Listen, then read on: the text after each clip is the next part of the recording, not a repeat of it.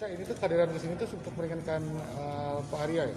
Apa? Kehadiran Mbak Rasanda di sini untuk saksi meringankan untuk Pak Arya? Bukan meringankan sih, saya datang ke sini untuk menyampaikan fakta yang seharusnya didengar oleh semua yang bisa mendengar apa yang terjadi pada Arya dan Karen. Cak, apa alasan sendiri memilih untuk ya udah deh, ya udah deh gue hadir hari ini menjadi saksi Arya. Ada pertimbangan sebelumnya atau seperti apa sih? Pertimbangan sih nggak banyak ya, karena kan saya memang tahu gitu sebenarnya terjadi itu apa dari dulu. Dan ini bukan ada bukti-bukti yang saya sampaikan tidak hanya sekedar ceritanya Arya, tapi dari mulutnya Karen sendiri bahwa dia pernah mengalami hal yang sangat traumatis di masa kecilnya oleh pamannya, sehingga membuat saya berpikir, oh wajar perempuan seperti ini gedenya labil dan punya kecenderungan mau bunuh diri tiap kali stres. Cak, kamu kan mengenal sosok keduanya nih seperti ini. Kamu juga awalnya merasa beban gak sih? Maksudnya di sini kenal juga sama Karen di sini. Gak beban karena kenapa? Sebenarnya dari awal saya pun difitnah, dibilang selingkuh sama Arya, saya nggak apa-apa. Karena menurut saya udah cukup kesian sama Karen. Penderitaan yang dia punya dalam hidupnya itu banyak banget dari dia kecil. Saya rasa nggak fair kalau saya tuntut dia dengan pencemaran nama baik lah apa. Udah cukup kesian ya orang gitu loh. Jadi sekarang saya fight sebagai saksinya Arya karena kita semua ini terpaksa untuk menyerang karena Karen sudah menceritakan banyak sekali rekayasa kebohongan di media secara publik yang kalau memang dari awalnya tidak ada, orang sebelum masuk ke persidangan aja Arya udah maafin Karen kok karena perzinahan gitu loh. Jadi kami ini fight back karena kami ini udah dalam keadaan diinjek sampai udah di dalam tanah nantinya. Jadi kayak ya we have to menjaga diri kita dan mendidik orang lain untuk menghargai kita sebagaimana kita udah berusaha sebaik mungkin menghargai dia gitu. Cak, kamu sendiri kaget gak sih? Terganggu nggak Mbak ikut terseret kasusnya ini Mbak? Nggak Merasa terganggu Mbak ya? Sejak dari awal dituduh seperti itu nggak merasa terganggu Mbak? Kamu sendiri tahu gak sih alasan persis Karen menyeret nama kamu yang jelas-jelas nggak ada kaitannya di rumah tangga dia? Awalnya sih aku nggak tahu kenapa Karen ngebawa nama aku gitu di media.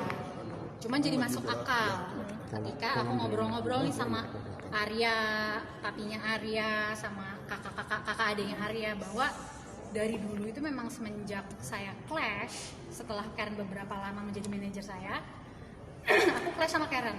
Dan pada saat clash aku ngomong, Karen lo nggak usah pokoknya Karen lo nggak usah banyak nasihatin gue juga tahu kalau sebenarnya nggak loyal sama suami lo. Jadi Karen itu tahu bahwa saya adalah orang yang tahu bahwa dia selingkuh, tapi saya nggak cerita sama Arya dan saya nggak bilang sama kakak adiknya Arya gitu, saya nggak ikut campur lah. Lalu Anda bilang sama siapa? saya cuma bilang sama papanya Arya setelah terjadi clash tersebut gitu. Nah, ada kontak pribadi nggak sih ke Karen atau permintaan Karen menyeret kamu atau? Aku yang jadi gini, sebelum semua ini masuk ke media karena clash yang pernah terjadi di 2015 itu, aku di bulan September kirim voice note panjang lebar minta maaf sama Arya sama Karen berdua. Jadi voice note yang sama aku forward nih kedua orang ini. Berisi minta maaf, menjelaskan dulu kenapa kita kok bisa miskom. Kita kan udah deket banget kayak sahabat, kayak keluarga gitu loh. Tapi kalau Arya membalas, kalau Karen tidak mereply, dan ternyata pada saat itu mereka baru mau mulai proses perceraian. Ya Pak Acong ya, tadinya kan ini ya pengacaranya si Karen ya. Wah ini. Ya dulu pengacaranya. Terus Pemilik apartemen harus bertanggung tiba-tiba kenapa Anda bisa sampai akhirnya ke kubunya si Arya? Saya di sini hanya menemani saudari Caca, artinya mendampingi untuk memberikan semangat dan support, mudah-mudahan sidang lancar hari ini. Itu aja sih. Bukannya dulu kan pihaknya Karen ya. Kok seberang kubu, kenapa gitu? Sebelumnya juga ketemu, tidak hanya di pengadilan ini. Saya sampaikan minta maaf baik ke Pak Arya, keluarganya, ke Caca juga apabila sebelumnya ada ketersinggungan di antara kita, dan itu wajar karena saat itu adalah kita dalam melaksanakan puasa. Tapi kalau yang dibilang selingkuh, Arya tinggal di apartemen yang sama dengan saya, oh itu benar, tapi beda unit. Saya 610, Arya 609 gitu. Jadi memang, dan itu pun Karen sendiri tahu kok. Cuman dia ngomong di medianya tinggalnya bareng gitu, padahal jadi dia pura-pura nggak tahu sesuatu yang dia sebenarnya udah tahu, terus dia karang, terus dia pengen bikin orang percaya. Dan itu aja pengen dilakukan sama itu. Pansos ya berarti Mbak? Biarin aja lah. Semua orang punya rezekinya masing-masing, mungkin rezeki Karen lewat Caca. Mungkin kalau dilihat Instagram saya, lihat semua, saya ini pejuang keadilan. Dan anak saya sampai mati nih gara-gara ini. Jadi kalau saya sampai harus setelah Zevi meninggal, saya harus ngadepin sidang kayak gini, terus dijelek-jelekin gitu. Yang saya buat itu mulia, saya mencegah istri saya untuk nggak bunuh diri. Fitnah itu jahat. Saya tersiksa banyak sekali oleh fitnah ini, dan saya mengharapkan keadilan dari sini gitu. Saya mendoakan Karen, saya mendoakan selalu keluarga Karen supaya dia bisa menaikkan level kesadaran dia bahwa tidak semua itu kuasa ada di tangan dia atau di tangan saya. Ada yang maha kuasa gitu, yang memiliki rancangan yang harus kita hargai.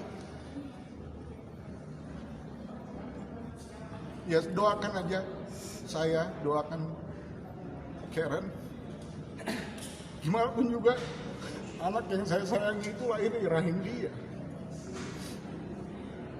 Saya nggak benci sama Karen, tapi saya menyayangkan perbuatan dia.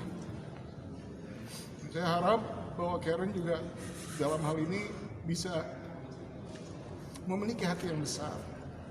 Karen bisa memiliki hati yang besar untuk bisa mempelajari dari kesadaran yang lebih tinggi. Itu saja dari saya. Arya mau tanya, video yang ditunjukkan oleh Karen yang dijadikan alasan terjadinya kasus ini KDR itu penyebabnya apakah karena itu perzinahan terjadi video itu, apakah karena adanya upaya bunuh diri makanya ada video itu?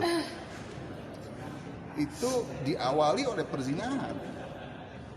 Jadi ya setelah itu dia malu.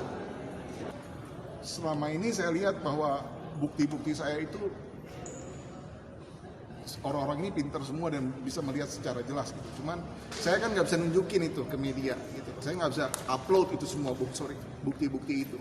Ya tempatnya ada di pengadilan dan saya harus nunggu minggu demi minggu demi minggu, dan kadang-kadang kita harus nunggu berjam-jam ya untuk keadilan ini ayo dong gitu. Tapi memang kita harus hargain sistem itu gitu. Di sisi lain saya juga bahagia bahwa hari ini kebetulan adalah 21 tahun persis ibu saya meninggal, persis.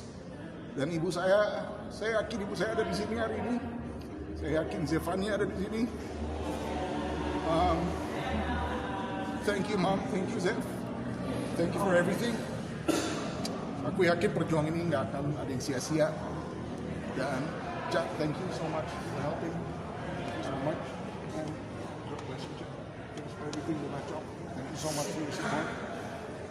And of course, my lawyers, Felix. Sorry, Ram. Thank you so much. Semuanya saya bisa ungkapkan satu persatu. Ram. Thank you, Ram. Josh. Thank you, Josh.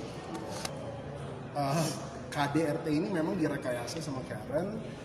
Dia sendiri yang sebenarnya pengen bunuh diri dan direkamlah sama si pembantunya dan dia tanpa izin Arya juga, dan diambil cuplikan itu kesannya seperti kekerasan dalam rumah tangga.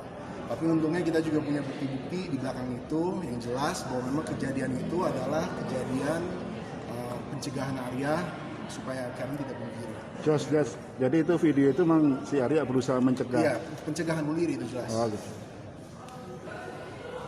Saya kasih contoh ya, ini orang mau bunuh diri. Apa sih yang kita lakuin kalau orang lagi bunuh diri? Ya, mohon maaf ya.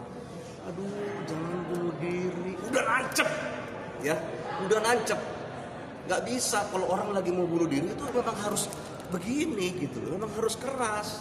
Orang udah pegang pisau, terus kita begini, bro jangan bunuh diri, bro jangan bunuh diri. Udah selesai sudah. Tapi nggak boleh berlebihan juga kan pencegahan? Nggak boleh berlebihan, nggak boleh berlebihan. Harus seimbang. Itu semua harus seimbang. Ya, Karen mengakui loh. Karen mengakui di dalam BAP dan di dalam persidangan bahwa dia memang sedang melakukan upaya untuk bunuh diri. Suaminya mau dipenjara sekarang. Kalau dia harus dipenjara kalau dia membiarkan itu, membiarkan orang mati, itu dia yang dipenjara. Kalau dia sedang melakukan sesuatu yang baik, terus dia dipenjara, adilkah itu?